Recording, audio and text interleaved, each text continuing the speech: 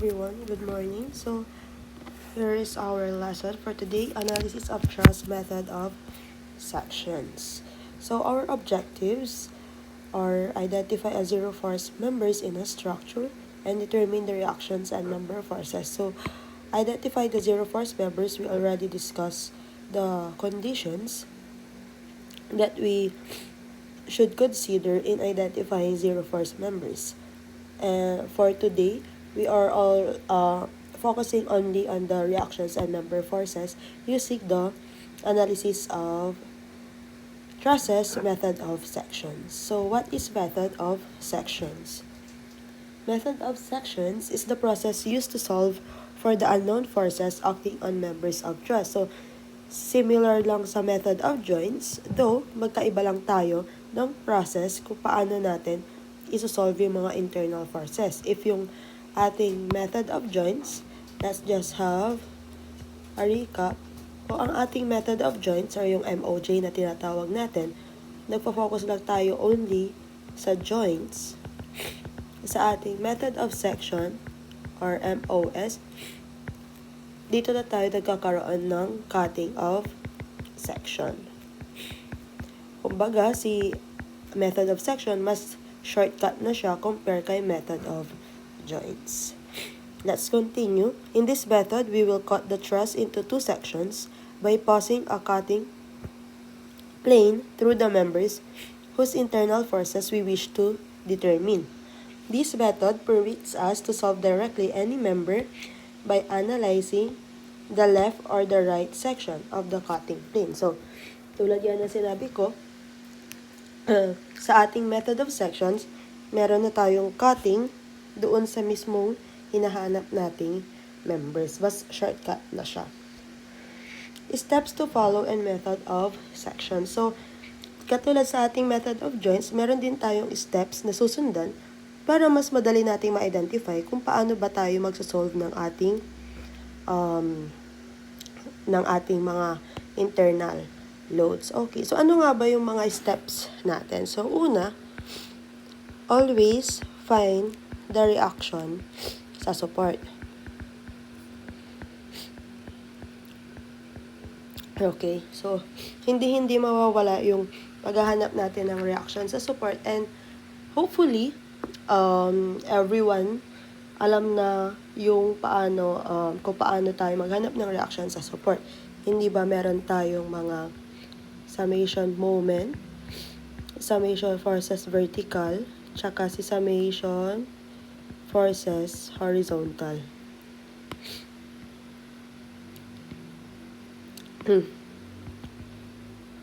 So, hindi na bago sa atin yung paghahanap ng ating reaction sa ating support. Considering pa po dito lahat, considering pa po lahat ng ating mga forces. Okay. So, ano yung susunod nating step? Sa susunod po nating step, identify na natin ngayon kung ano yung mga members na pinapahanap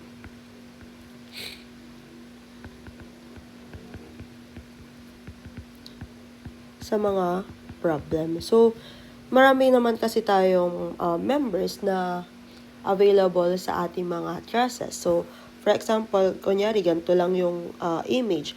Hindi ba meron tayong support dito? May support tayo dito, support dito, and then meron tayong different members na nagko-connect sa isa't isa. So, yun yung i-identify natin kung ano ba yung tinatanong na members. Baka kasi nagka-cut na lang tayo basta. Hindi naman pala yun yung pinapahanap. So, next, sorry for my voice. Next nating steps is cut the members into two sections. Tapos, idiretso na natin, since pagkadugtong lang sila, consider one side or the one section. Okay, so let's go back to this example. For example, lagyan na lang natin ng mga Ito si support A, ito si support B, tapos meron tayo C, D, E, F, G, H, I, J, K, L, M. Okay, so, imagine na lang na nakaharap sa atin yung truss. And ayan yung mga members natin. Una-una, hanapin natin yung mga reaction. Meron tayong RA dito. Meron tayong RB. So, imagine simply supported. Tapos, ito yung pin. So, RAV tsaka RAH. Ngayon, once na nahanap na natin lahat ng mga reactions natin sa supports, ano na yung next nating steps?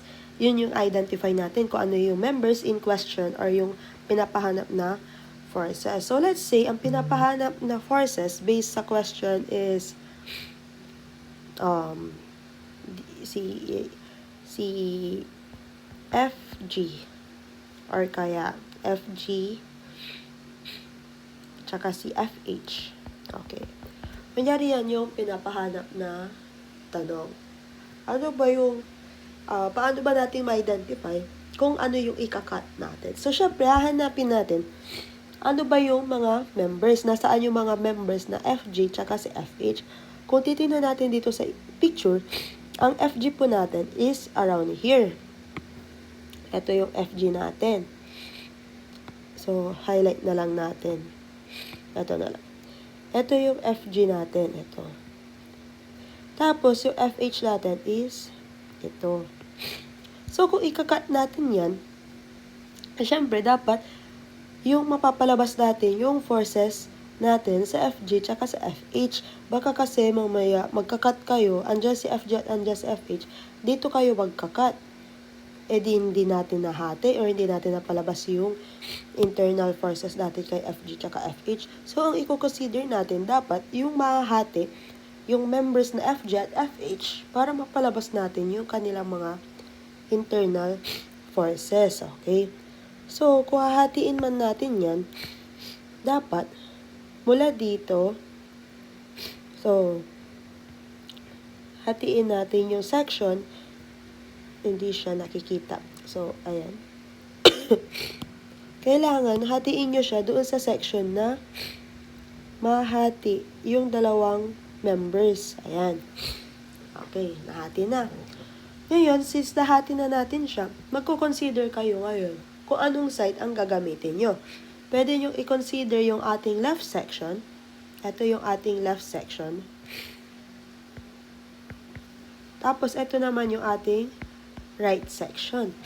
So, pwede kayo gumamit kahit sa aling dalawa. Ngayon, kailangan nyo i-isolate ngayon yung section na gagamitin nyo ngayon. So, if for example, ginamit nyo si left section, and then, etong part na to, eto, kung ano yung mga forces na nasasakop ng ating left section, yun lang po yung mga kasama sa computation. I hope nagigets ninyo. And, let's just move forward para at least ma-intindihan nyo sa ating mga example problem. So, since na-consider na natin yung one side or section, again, babalik ulit tayo doon sa sorry. Babalik ulit tayo doon sa assume all forces or yung internal forces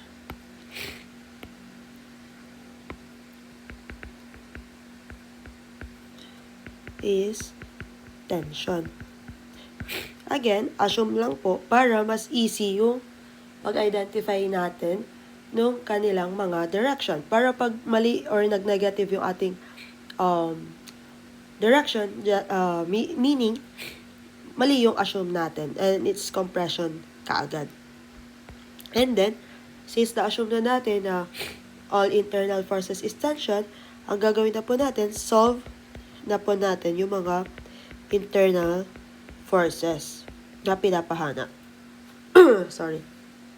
Ngayon, paano naman natin mahanap ang mga internal forces? Again, gagamit lang din po tayo ulit ng ating mga equilibrium equation. So, kung para sa ating method of joints, hindi ba naaalala nyo, Kung sa ating method of joints, sa ating mga internal forces, ang pinapagamit lang natin is the summation forces vertical, tsaka yung summation forces horizontal.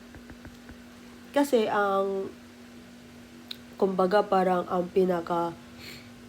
nasakop lang natin dito is yung vertical and horizontal forces. Kasi nga, kumbaga parang naka-concurrent style yung solving natin. Pero pagdating na natin kasi kay method of sections, tatlo na ang ating ginagamit kasi hindi na po lahat ng members is nagagaling sa iisang point or hindi na siya concurrent. Kumbaga, kinoconsider na natin siyang non-concurrent since nanggagaling na siya sa iba't ibang point of origin. So, I hope naintindihan nyo yung ating steps natin sa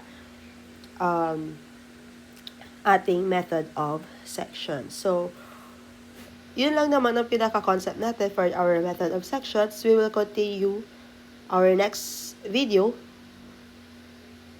regarding sa pagsasolve naman ng method of sections. So, ayun lang. Thank you. Bye-bye.